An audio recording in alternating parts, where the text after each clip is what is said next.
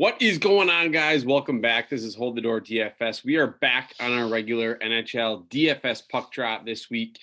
We have a 9-game slate for Monday, February 15th. If you are new to the channel, do us a huge favor by hitting that subscribe button. We know that there are viewers out there that enjoy this content, like 60% actually, that are subscribing to the channel. So do that. It is the best way you can repay us. Hit that like button. Also, if you did do the comment challenge in the last video, I will be drawing for that. That just got away from me, but we will be doing another one today, giving away a $10 free package of NHL premium content here at FSI. Today, what you're going to do is I want to know, like when you have to just pick between Austin Matthews and Connor McDavid, when they're priced oh so closely, why or who do you pick?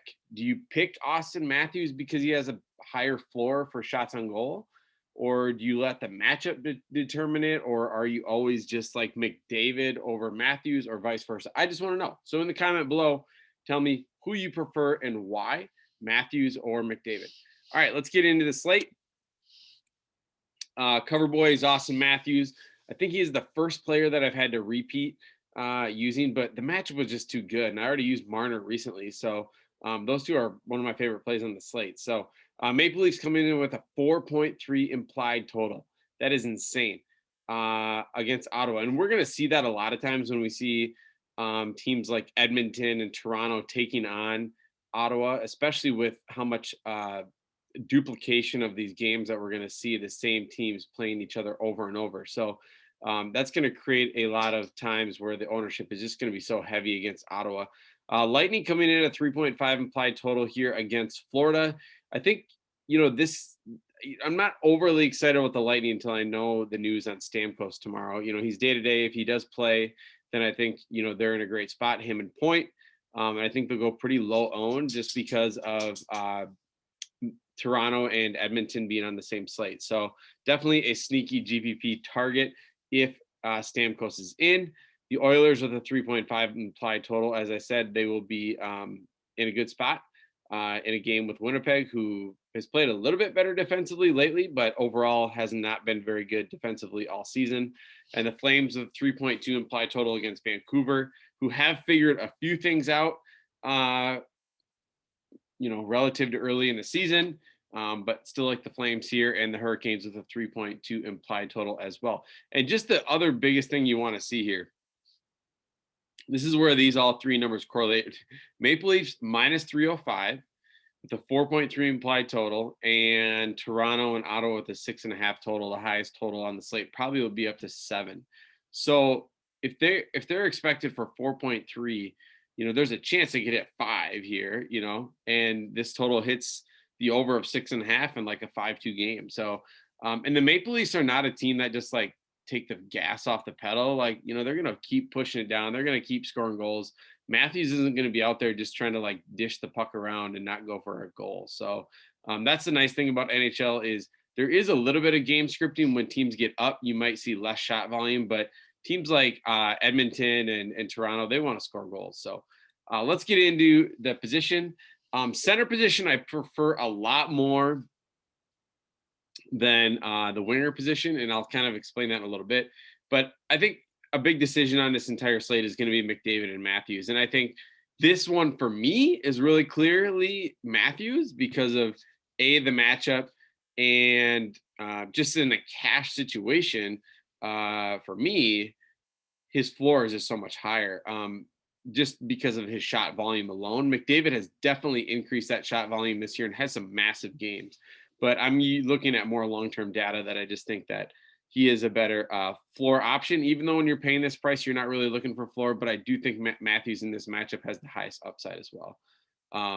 Jack Eichel, I think, will be a sneaky GPP play here at 7.7K. He was on an absolute tear before Buffalo had to take a hiatus.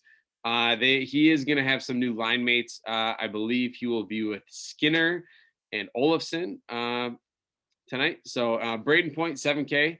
Like I said, if Stamkos is in, I really like those two in a GPP pairing. And then John Tavares. Now here's somebody you're going to get for 2.2K cheaper. Sorry, $2,300 cheaper than Matthews.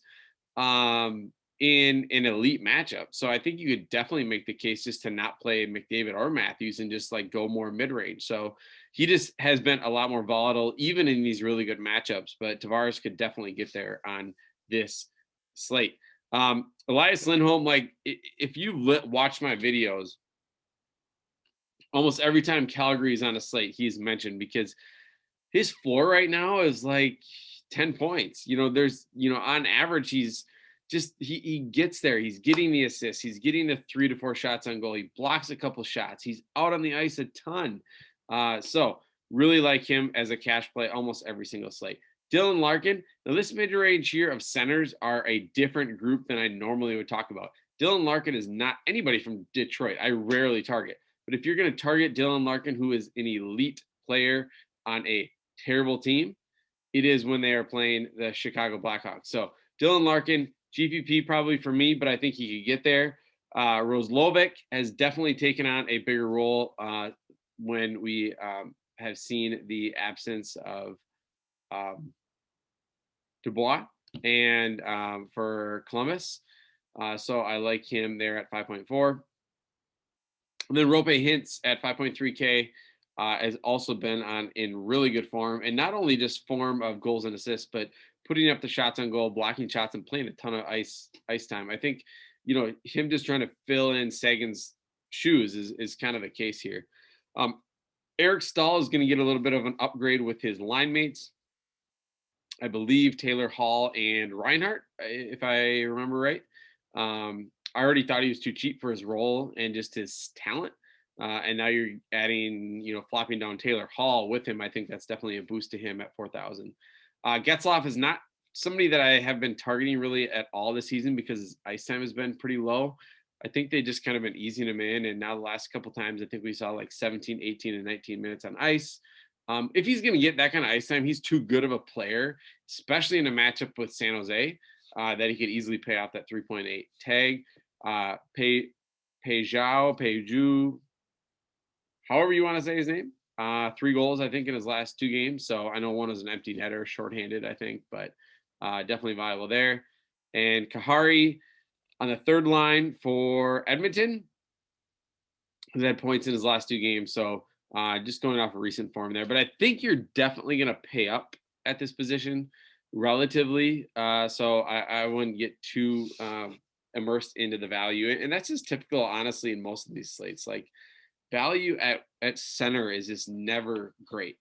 And this is probably a slate, honestly, that I want to use 3 what I think is stud defensemen, but you can play 3 guys under 6K and you're really happy. So we'll get into that here in a little bit. But yeah, did I spell Patrick Kane's name wrong? Now I'm second guessing. No, Patrick Laine is without a C. Yeah, sorry for the bird walk, but Patrick Kane, the dude has been unreal this season. I think I keep overlooking him too. Like honestly, because he plays for the Blackhawks. He's been dominating. So don't overlook him here. He's going to go a lot lower owned though than Matthews and McDavid, but I don't think he should. Honestly, I might like him more than McDavid. DeBrincat 8K is insane to see the price tag. And I think he is GPP here, but his form too has been just crazy. And again, you think of the Blackhawks being so bad, but it doesn't. If they're going to give up some goals, they don't care. They're going to come back and fire just as quickly. So I don't think I'll be paying 8K for DeBrincat, but I think you could make a case for paying 8.3 for Kane. DeBrincat being a GPP play only, and Mitch Marner is a phenomenal cash play and GPP upside play as well. Pair him with Austin Matthews and returning Jumbo Joe Thornton.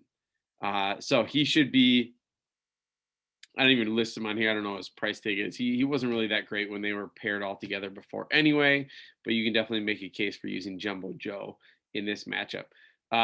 Nikolai Ehlers, of course, put up a stinker in the last game where I was really high on him.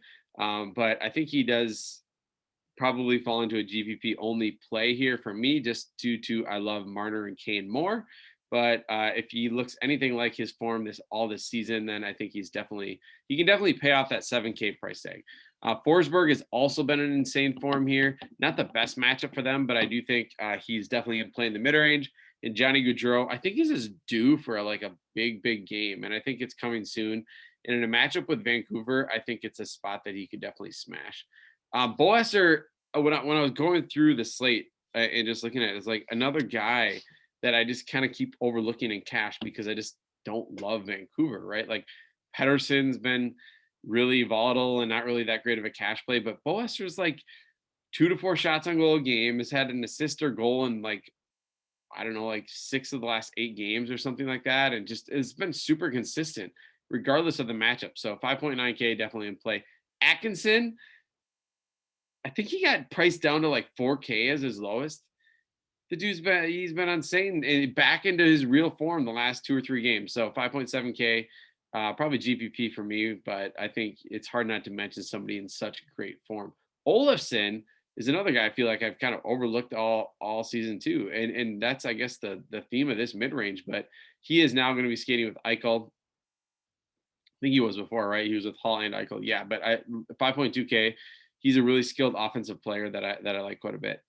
Let me try to pronounce. I think it's Mikoviv or Ilya. I know is his first name. And actually, you know what? I wrote down his name, and before I checked back on the line rushes that they had practice recently, and he actually got bumped down to the third line. So I don't really like him as much as I thought I did at 3.7. I liked him better when he was skating the second line with Nylander and Tavares, and now they have actually shifted Hyman down to the second line with Tavares and Nylander, and then moved Ilya down to the third line. So not really as excited about him at 3.7 as I was when I actually made this video slide. So Dadonov, though, at 3.5K in what I think is just going to be an offensive game, has had really good recent form, and I like him at 3.5. But Toronto, I love at 3.2. This is a guy that, the only thing you know him for is shooting shots on goal. I think he's got a game this season already with 6. And then when some of those shots on goal start falling into the net, go to the back of the net, he just smashes these price tags. Even in not a great matchup with Tampa Bay, I think just the shot volume alone can pay off that 3.2 price tag. And then Comtois at 3.1, he's still only skating on the third line for Anaheim, but he's seen 15 to 18 minutes of ice time. And he had a game-winning goal the other night. The guy's just starting to, he wants the stage. He wants to, make a name for himself in Anaheim. And I think he is doing that. All right. Are you ready? Now we're going to get into the position that is absolutely loaded, I think, in the mid-range. And you might want to use all 3 of the spots for these guys. So Victor Hedman will continue just to lead almost every slate, be one of the top price defenders. And honestly, he hasn't been consistent enough for me in terms of block shots and shots on goal to pay off that price tag. So for me, he's a GPP stack with Stamkos and Point, but even at that point, you're spending, 23,000 on 3 guys, and it's probably not worth it. But Roman Josi is definitely coming back into form. I think he had 6 games in a row where he was over double digits before the last game. 7.1 feels like a little bit of a bump up too much, but I think in GPPs he's fine. Brent Burns is gonna just I don't know. It's just getting a little bit frustrating that he's not been as consistent this year. We know who he is. We know how skilled he is. Now Carlson is out, so or day to day. I think he's out, but so I think that's just gonna boost Burns more. So I think this is a spot I like him again, but Darnell Nurse.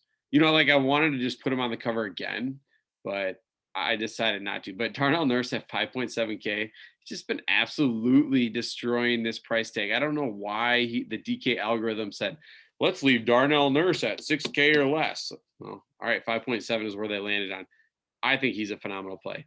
Aaron Ekblad, also a great play. Not as good as Nurse, but I think you can just definitely justify his volume in shots on goal, block shots, time on ice. Morgan Riley, 5.5K, a little bit more goal assist dependent than Nurse or Jones or Barrie. But you're talking about basically the best matchup possible, and he's underpriced for the matchup. So Morgan Riley, phenomenal cash and GPP play. Seth Jones, when Werenski went out recently, Seth Jones just decided, oh, maybe I should become the best defender on the team like I always have been. And was even when he played with Werenski last year. Well, Werenski's been back now 1 or 2 games, and he's still continuing phenomenal form. So Seth Jones playing, 25 to 27 minutes of ice time. It was only a matter of time before he got back to form. And then we have Tyson Barrie, the other Edmonton elite defenseman this year, just putting up an insane amount of shots on goal. And again, 5.4K to me is like, honestly, I think Nurse and Barrie are probably $700 to $1,000 too cheap. So I love both of them. I might be playing both of them in my lineups, maybe even with Morgan Riley, try to pair them up with Austin Matthews, Mitch Marner. There you go. That might be 5 of the guys that are in my lineup tomorrow. So, but I can't overstate Brett Pesce. I probably pronounced his name wrong, but 4K, he has also been phenomenal, seeing like 23 to 25 minutes of ice time. Great play. Dahlin, a little bit more of a GPP. I would rather stack him with somebody on that top power play unit for Buffalo. Fabro has been great as well. Seeing a decent amount of ice time. It's almost like if you're a Nashville defender, just shoot a ton and block a ton of shots. And that's what Fabro is doing. So probably, yeah, whatever. Mayfield, again, another great value cash play, blocks a ton of shots, does a lot of those things we want from a cash defender, and he's only 2.8K. And then Gavrikov at 2.6K is playing 20 minutes up plus or around that, and has had, I think, 5 or more points in his last 4 games. So I think you would definitely take 5 to 6 DK for 2.6. All right, let's get into the least favorite position of this slate is the goalie, per usual. And, part of the reason I hate covering goalie, especially when I'm recording the night before, these guys might not even start. I mean, most of these guys should start if they're not on a back-to-back. We only had 2 games today, but, Freddie Anderson, 8.5K, biggest favorite, biggest total, could easily give up 2 goals, only have 25 saves, gets the win. But did he really pay off his price tag? Yeah, you got the win equity. So I don't know. It's so frustrating. I hate goalie and NHL DFS, which again is why I like tiers. But Vassal at 8.3K, I like more if Stamkos is in. I just think that upgrades the win equity just a hair enough that I like it a little bit more. Kudobin for Dallas. Dallas has just been a really good defensive team for most of the season. So I think that gives him good win equity here. Markstrom, I don't remember what he ended with his saves, but Vancouver had like 23 shots on goal in the first period.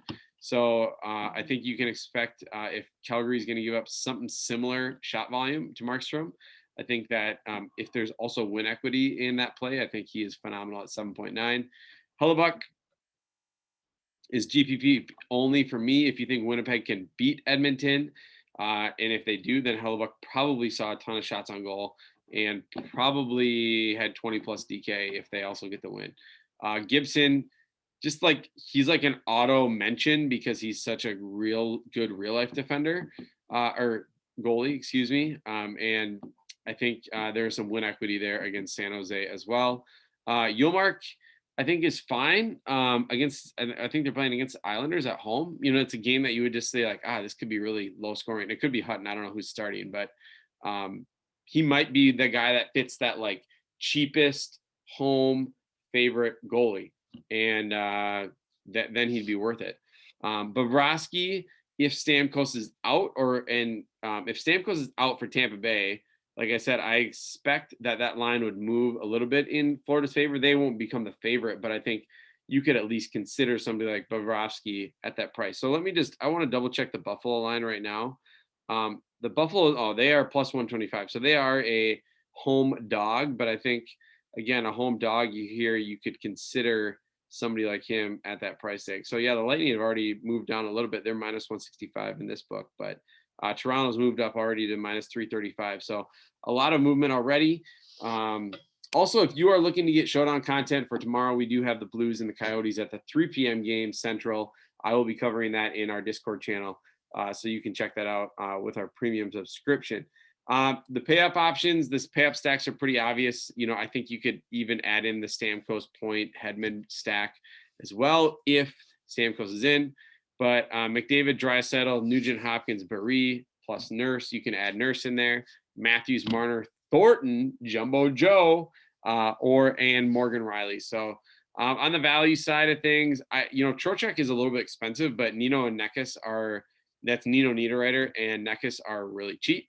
So I think in terms of value of what that overall stack costs is really viable for the Hurricanes, who are the second or third biggest favorite on the slate.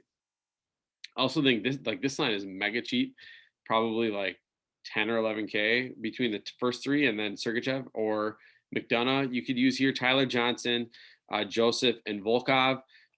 Again, there's it's not something I would want to like full stack probably in cash or even use this in cash, but Tyler Johnson I think is 3.3. Joseph is right around 3. Volkov I think is for sure is below 3. Sergachev is probably going to be your most expensive of this stack at like 4.1. I don't remember what he's at, but definitely something that you could stack up here. So thanks again for listening, guys. Like I said, if you are still listening and you have not commented below, who do you pick when it comes down to McDavid versus Matthews, and why? We want to learn from you. I want to learn from you. Usually I let the matchup dictate the perform, and then if I think it's a square matchup for both, or I don't think there's a matchup advantage, I just tend to lean Matthews, or I also tend to lean Matthews a little bit more because I prefer his stacking option at the winger position with Marner over Nugent Hopkins. I just have always been that way, but I think you can definitely actually make a case to play both of them here. But remember those defenders. Love those defenders on the slate. So thanks for listening, guys. Be sure to check out everything on our channel. We have a PGA course preview already. We have Eddie Kruger, who's just dominating our esports channel. That is completely free. Just go to our site, www.fsidfs.com. Go to esports, click, add that to my cart. How much does it cost? It's free. So get into that channel. He also had a Call of Duty video out earlier this week. I know earlier last week. He's coming out with one this week. So be sure to tune into that and check out all of our great content at Fantasy Sports Insight. See you later.